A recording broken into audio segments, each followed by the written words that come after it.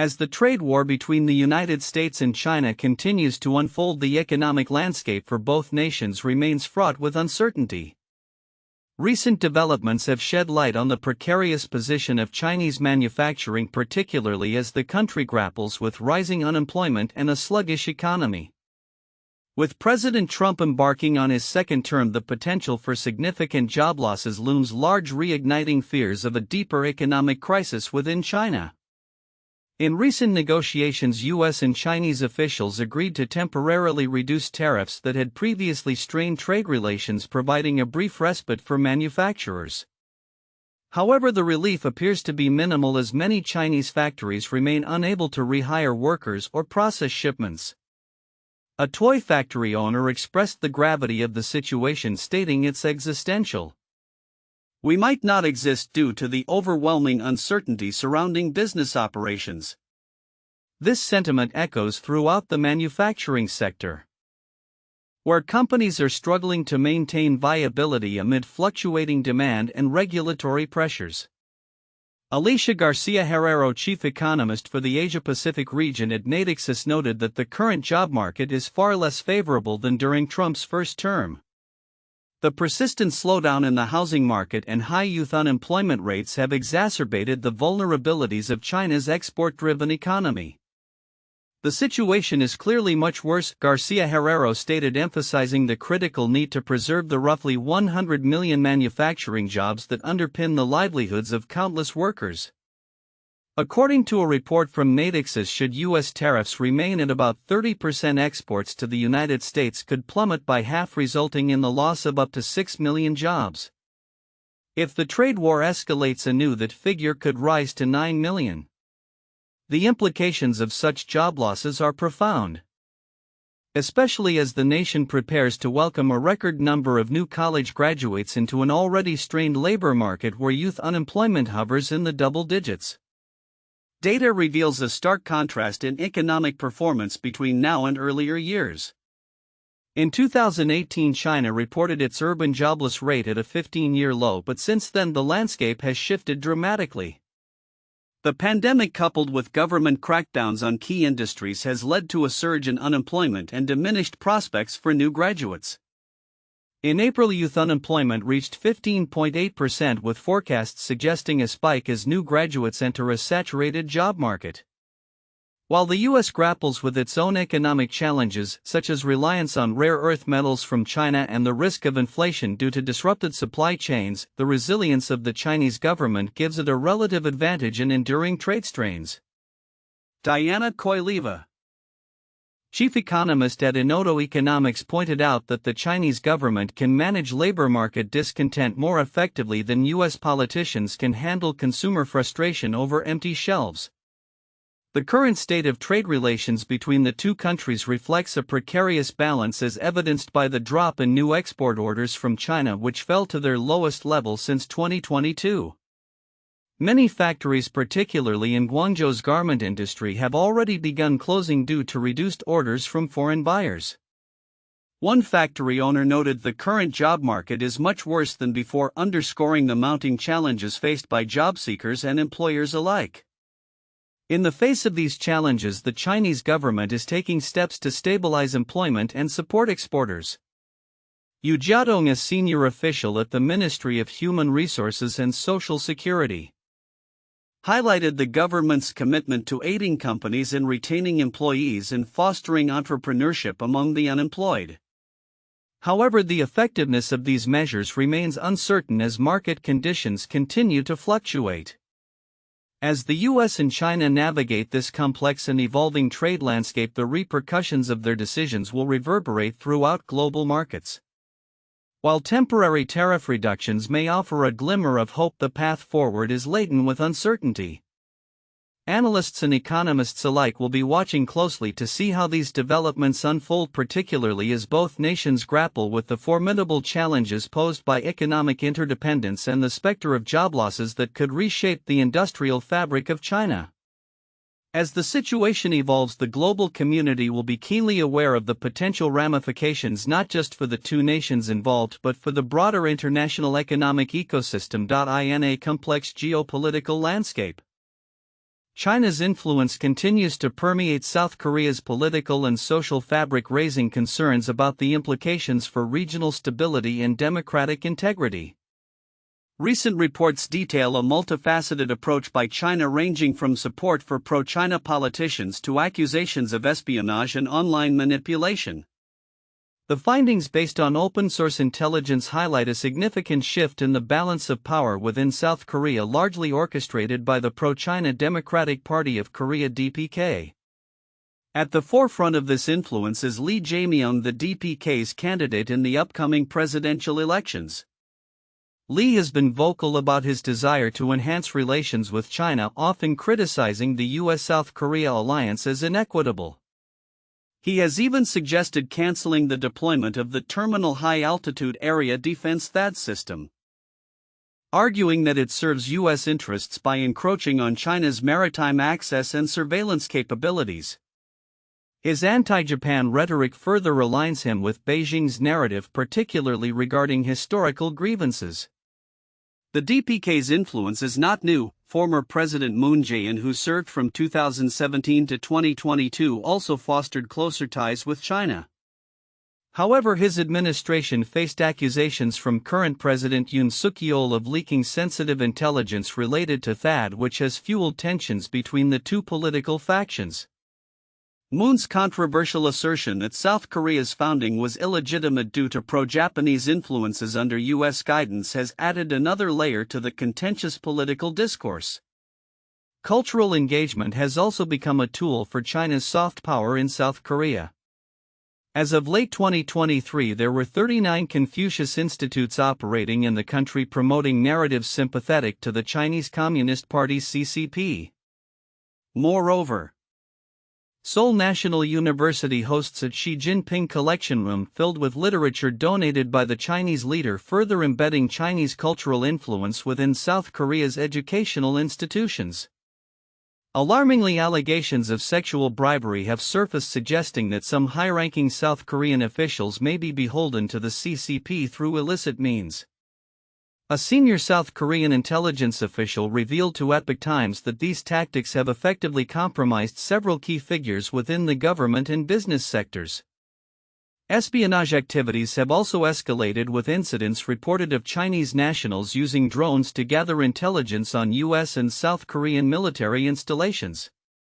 This pattern of surveillance has raised red flags about the effectiveness of South Korea's legal framework, as espionage laws are only applicable to recognized enemy states, notably excluding China from prosecution. Online manipulation is another critical facet of China's strategy. Reports indicate that the Wumao troll army operates on popular South Korean platforms like Naver and Daum, attempting to sway public opinion on various political issues. The National Intelligence Service of South Korea has been investigating hacking attempts linked to North Korea and the CCP, uncovering vulnerabilities in the country's electoral integrity. As tensions between the U.S. and China continue to escalate, the implications of these developments for South Korea's political landscape and its relationship with the U.S. cannot be understated. The DPK's ascendance, fueled by China's backing, poses a potential threat to South Korea's democratic processes and its alignment with Western allies. Looking ahead, the unfolding dynamics between these two superpowers will likely shape South Korea's future. As pro-China sentiments gain traction, the potential for increased polarization within South Korean society and government is imminent. The international community will be closely monitoring these developments, as they hold significant implications not just for South Korea but for geopolitical stability across the Asia-Pacific region.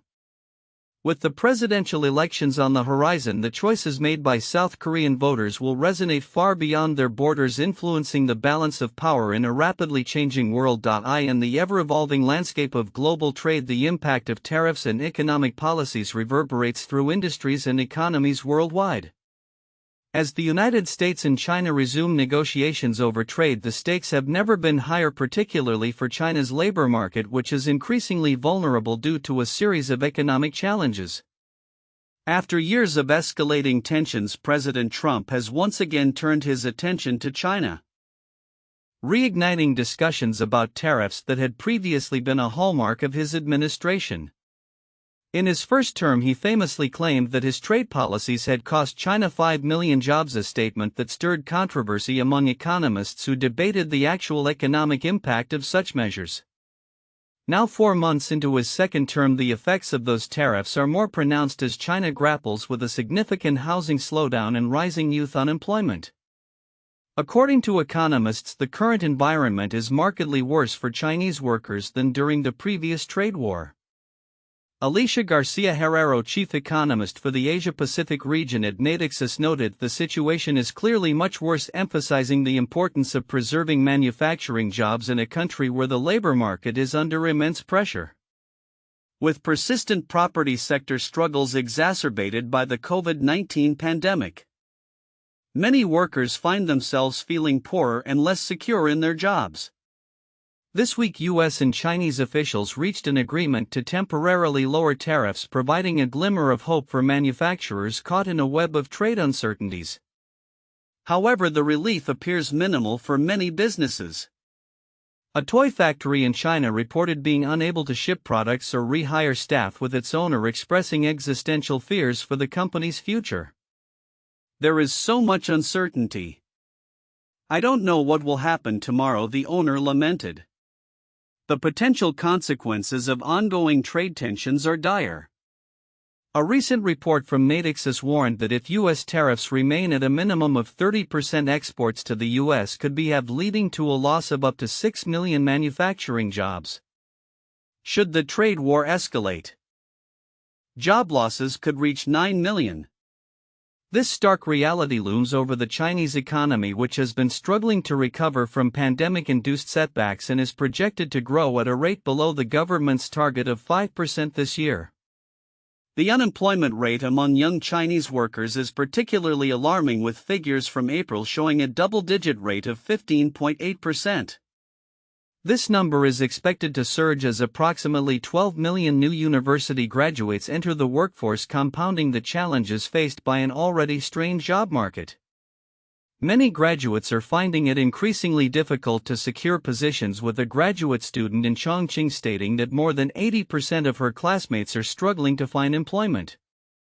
As China looks to navigate these turbulent waters, Premier Li Qiang has emphasized the need for economic collaboration, particularly with Southeast Asian and Gulf Cooperation Council (GCC) nations.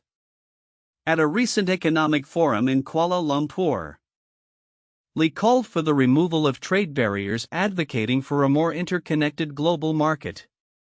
"We need to enable domestic and international circulations," he said, highlighting the urgency of forging new economic ties in light of the challenges posed by U.S. tariffs. Amid these negotiations, the U.S. is also facing its own economic pressures, particularly in industries reliant on critical minerals and rare earth metals controlled by China. The interdependence of the two economies adds another layer of complexity to the discussions, as both sides weigh the risks of further escalation against the backdrop of increasing inflation and potential shortages in product availability. As the trade talks unfold, the implications of the current economic climate will undoubtedly shape the future of both nations. The need for stability and cooperation has never been more critical, and as China strives to maintain its economic momentum, the outcomes of these negotiations will be closely watched by industries and workers alike. The coming months will likely reveal whether a path to mutual benefit can be forged, or if the tumultuous cycle of tariffs and countermeasures will continue to disrupt the global economic landscape. As the geopolitical landscape shifts dramatically, the prospect of conflict over Taiwan looms ever larger, particularly in the context of U.S.-China relations. In a thought-provoking analysis, Joel Wuthnow from the Institute for National Strategic Studies examines how Beijing might strategize to counter potential American intervention in a Taiwan scenario. The article highlights the evolving military capabilities of China and the implications of a potential conflict, reflecting on the delicate balance of power in the Indo-Pacific region. Wuthnow posits that while conventional wisdom often suggests the People's Liberation Army (PLA) may initiate conflict with a direct military strike, other avenues remain available to China's leadership. These include preemptive actions such as a surprise invasion of Taiwan or strategic deterrence aimed at dissuading the US from intervening. The latter approach, leveraging China's growing nuclear arsenal and advanced cyber capabilities, might be particularly attractive to Beijing as it seeks to create a narrative that portrays US involvement as too costly. The timeline for potential conflict is pressing, with Chinese leadership reportedly eyeing 2027 as a crucial year for military readiness concerning Taiwan. However, various uncertainties complicate this timeline, especially given Taiwan's own military reforms and increasing defense spending under its current administration. The U.S. policy of strategic ambiguity complicates matters further as it leaves open the question of whether Washington would intervene in a conflict over Taiwan, thereby influencing China's military calculations. The article articulates 4 distinct strategies that China might employ to mitigate U.S. intervention. These include system destruction warfare, which aims to incapacitate U.S. military capabilities through kinetic and non-kinetic means, limited fait accompli to establish ground realities before U.S. forces can respond, coercing third-party nations to deny U.S. access to bases, and a broader strategy of strategic deterrence that tests U.S. resolve through nuclear and cyber threats. As the U.S. contemplates its response to these potential strategies, Wuthnow advocates for a more integrated approach to homeland defense and Indo-Pacific security. Such integration would ensure that U.S. deterrence capabilities are robust both at home and in the region, thereby signaling to China that any aggressive action would be met with significant consequences. Concurrently, Ely Ratner, in an analysis for Foreign Affairs, emphasizes the necessity of constructing a collective defense pact in Asia, underscoring that the time for such an initiative is ripe. With the rise of China as a dominant military power, U.S. allies in the region, including Japan, Australia, and the Philippines, are increasingly recognizing the need for a unified defense strategy. Ratner argues that a formalized alliance akin to NATO would significantly enhance deterrence against Chinese aggression and stabilize the Indo-Pacific. He points to the evolving military dynamics in Asia, where nations are investing in their own defense capabilities and seeking deeper military cooperation. The urgency of this collective approach is underscored by the escalating tensions and aggressive maneuvers by the PLA in recent years.